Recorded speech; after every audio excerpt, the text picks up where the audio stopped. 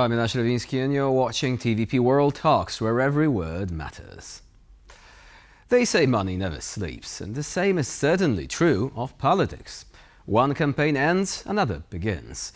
In Poland, fresh from the European elections, the country's political elites are gearing up for the presidential vote next year. Meanwhile, at the end of the European Parliament, a new political reality is emerging, with candidates, including from Poland, vying for important positions. To discuss these latest developments, we've invited Małgorzata Kaczorowska, political scientist from the Warsaw University, Faculty of Political Science and International Relations. Hello and welcome to TVP World. Hello, good evening. So it's going to be a very interesting time in Polish politics. Presidential elections not around the corner perhaps, but next year it's not a long time in politics at all. Still, we don't really know who's going to be running for president yet. Can you explain what the situation is right now and who is most likely to appear on the ballots in the end? That's a very good question. We have still 12 months for the next presidential elections, but I think political parties want to use this wave of emotions, and wave of this, row of three elections probably. Although on the other hand, we may say that electorate, voters, people in Poland are a little bit tired of elections. So I think there are people here in Poland are waiting for their holidays right now. But political parties are starting to look and search for the best candidate for them. What we know for now, from the latest interview of the possible candidate from the Civic Platform, Civic Coalition, Rafał Trzaskowski, who gave the interview for the latest issue of one of the weekly journals in Poland. He said in this interview that I'm ready, I'm always ready to take on very difficult challenges. So it means that he's prepared, he's waiting for, but I think it will be the case of the next months, who and that decision, who will be the candidate for the next presidential elections. We will see. From the governing side, because we need to remind our viewers, Civic Coalition is the main component of the current ruling coalition in Poland, and Rafał Trzaskowski, the mayor of Warsaw. So he has been in Polish politics for quite a while, yet he is relatively young, right? So he also... He is. And he is fairly popular, especially among people here in Warsaw, but also recently there have been speculations that it might be somebody else running from the government side. So what other options are there? On the other options, of course, the current Prime Minister, Donald Tusk. Of course, there is a huge discussion and also some rumors whether he would like to be or not. We will see. I'm not sure, and I think right now it's too early. It's still 12 months to come, and 12 months that such candidate that candidacy will not be so much sexy for the next months. So we will see. A very interesting situation is on the other side of the opposition, Law and Justice also, because Law and Justice before the what is also good to add to that aspect is that Rafał Trzaskowski replaced during last presidential elections, which took place in the pandemia time, Mrs. Kidawa-Błońska, and Rafał Trzaskowski once he was a candidate for the presidential elections. So he knows how it is and what does it mean. And of course, he is recognizable all over Poland. And he lost narrowly, right? Didn't he? The current President Andrzej Duda, who is running from the conservative side, he won the re-election back then in the end. But right now he is not running. He's not eligible to run because he served 2 terms as president, so he's not eligible anymore. Of course, which brings us to the very interesting question, because on the government side, we know specifically who might be running. We have a couple of options. There was also a mention of Poland's foreign minister, Radosław Sikorski, in this context. But on the opposition side... I don't think so. On the Yes, opposition I don't think side, so that we don't. Radosław Sikorski will be the next candidate representing Civic Coalition. But on the other side, on the opposition side right now, right wing conservative side, that's very interesting situation because Law and Justice, before they nominated almost 10 years ago, right now 9 years ago already, Mr. Andrzej Duda, they did some kind of research to check who will be the most popular and the most wanted candidate among their electorate. And there are some rumors right now. But they're doing it again, right? They are doing the similar process. They are just doing some kind of research, searching for someone who will be the most representable and most popular or most wanted personality. And among some possible candidacy are the Tobiasz Bocheński, former candidate in local elections in Warsaw for the mayor of Warsaw, who didn't win, but he won European Parliament elections, and probably to some extent some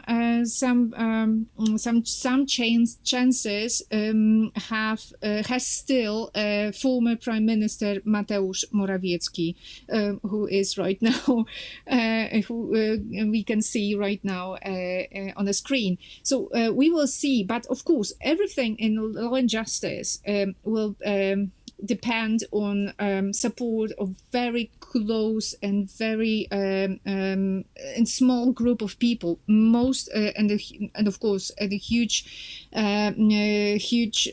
influence on that decision will have Jarosław Kaczyński, who is the leader of Law and Justice for sure. And there is one interesting issue here as well. What direction will the party itself take? I mean, if you want to win the presidency, you need to have a broad voter base. So you need to have swing voters on board, perhaps people who are more moderate. But the recent narratives, which are being advanced by the Law and Justice Party, they seem to favor the hardline voter, like the migration debate, for example. We've run it on the news just a while ago. There is a controversy regarding their messaging on migrants, suggesting that migrants are basically a root cause of many problems, right? So where do you think the direction is going to go? Is it going to basically focus on the hardline voters, alienating the moderates, or will they be trying to present a candidate who will be the sort of new start, a young, fresh personality who might be able to appeal to a broader audience? I think they, logically speaking, they had to search for the broader, audience who may support such candidacy. For sure, as it was almost 10 years ago, from the researchers, the effect was that, and conclusion was that it should be the young person, not connected with the current politics. So probably it will be someone else, or but for sure it will be male candidate when we have war aside nearby. That's probably among the conservative society in Poland, most percentage conservative. It probably could be will be needed for them, or expected male candidates. So I'm not sure, and I'm not counting that Law and Justice will present or nominate female candidates. So we may expect for sure a male candidate from among rather young candidates who will have, of course, and who will try to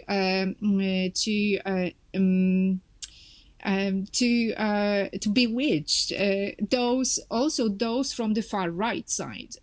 But of course, who will be the majority? The majority is somewhere in the middle. So the middle will of course, the Law and Justice has its own very loyal electorate. So they something around 30% of those who are going and voting will vote for Law and Justice we may expect of that from last elections, starting with the general elections in the fall 2023.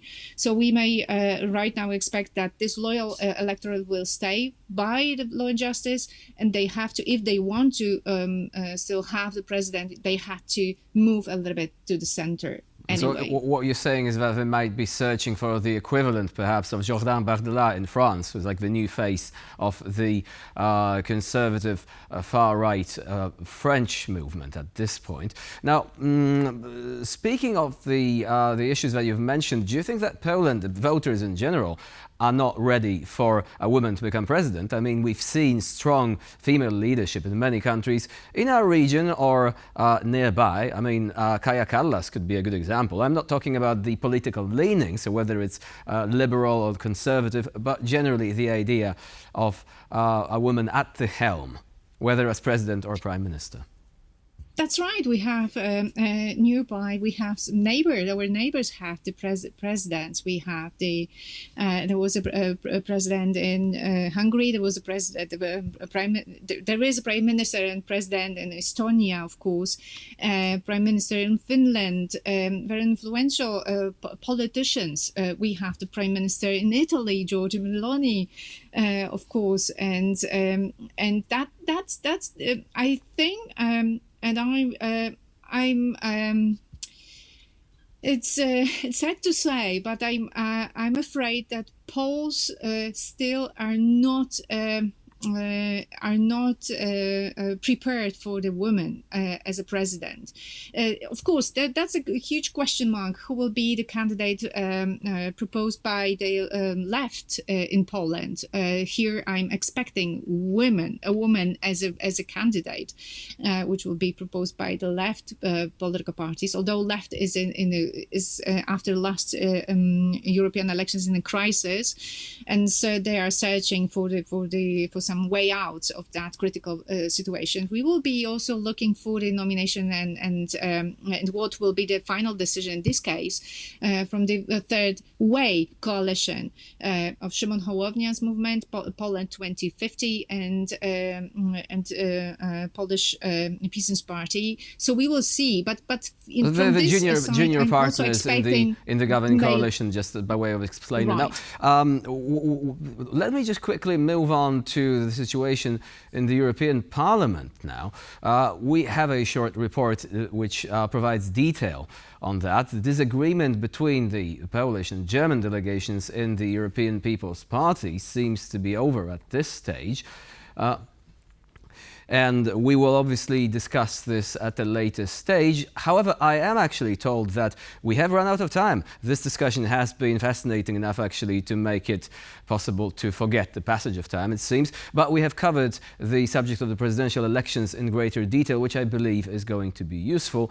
As for the European Parliament, we may discuss most definitely, because European politics in Polish perspective. Of course, because there has been an interesting development. Let me just mention there that despite certain disagreements initially, a Polish MEP is now the second most important people within the EPP party. Andrzej Halicki has been voted in for that position, and we'll be coming back to this, of course, at a later stage. For the time being, Małgorzata Kaczorowska was our guest today here on TVP World. Thank you very much for joining us and for sharing your expertise. Thank you very much indeed. Thank you.